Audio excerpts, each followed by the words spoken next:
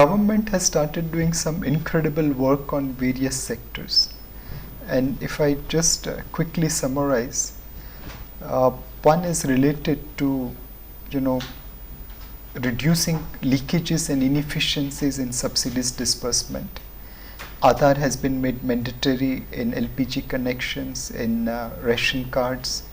This has resulted into vetting out of many bogus ration cards and ghost LPG connections. Now this money will be saved by the government, and that will be utilized for other purposes. The second thing which government has done is focus on distribution of LED bulbs. About 16 crore bulb has been distributed. LED bulbs cost have been brought down by almost 75%. The target is to distribute by 2019 77 crore LED bulbs that could potentially save 20,000 megawatt of energy. At 6 rupees a unit, that's 1,20,000 crore. This is more than the 7th pay commission money, which will be left into the hands of 1 crore plus government employees and pensioners. The third thing which government is focused on is increasing the connectivity. So the first time in India we have seen Ro-Ro service happening between Chennai, where Hyundai shipped its car, all the way to Western India. Now this cabotage rule change will allow people to use sea route, which is far cheaper compared to railway or road route. The second thing is the construction of dedicated freight corridor, and it's a project coming from previous government, but the pace at which now dedicated freight corridor is moving on, I think that's going to create great railway connectivity between Delhi, Mumbai and Kolkata. Today our freight train carry about 5,000 ton average and they move at about 25 kilometer average.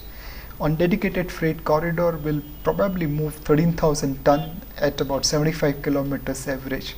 That efficiency in railway transport is going to change the game. The government is also focused on power generation. We have seen power generation picking up. There is surplus power available even during a summer time. Availability of power, availability of reliable power can again change the economics. There are so many things which government is doing, but clearly all these things which is resulting into better productivity for Indian economy, I think will go a long way in taking our economy to newer orbits, to a greater heights in terms of growth. Where the government probably is lacking a little bit is in terms of job creation. Clearly today in the Indian economical system, the foreign direct investment is reaching all-time high. The government, courtesy the oil price bonanza, is able to spend money, and they are able to spend money wisely. So these two are on the front foot. The urban consumption has been a little bit on the back foot because of all the uncertainties around job creation. The rural economy, because of too below average monsoon, is on the behind the stump kind of thing rather than on back foot, because too below average monsoons have really hit hard the rural economy. And the private investment is actually probably outside the stadium. It is not even yet participating in the game. The higher debt burden, the higher real interest rates, the tight liquidity, it has derailed private investment. So we are running an economy which is on the front foot through foreign direct investment and government spending, which is kind of working out well with urban consumption, but it's lagging in agriculture and rural economy and the private sector investment. This is kind of constraining government's ability to create jobs, and that is something which we need to focus on. If, for example, let's say the large employment happens in the construction sector. Now, in some parts of India, the real estate prices have gone up so high that it has become unaffordable. Even the affordable housing finance word is becoming unaffordable to people. Now this restricts the construction activity, this restricts the job creation which is possible in that sector. Now if we can lower the real estate prices, if we can improve the efficiency of constructing real estate, my feeling is that affordable housing as a sector could create the jobs which we are looking forward to. We have one of the largest crop production in cotton.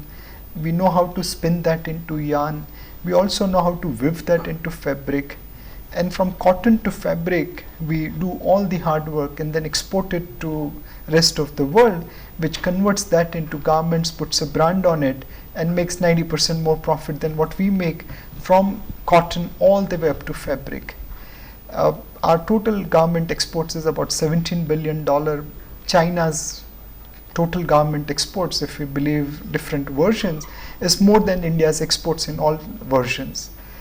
Now, how can a country like China exports more than what we export as a country in just ready-made garments? What are we not doing here in India despite having cotton, yarn, fabric? We need to work around the ways so that we can tomorrow start exporting $50 billion, $100 billion, $150 billion of garments.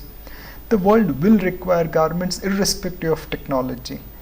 And if we can, convert this cotton to branded fabric, the margin will be huge and it will be able to meet this employment requirement.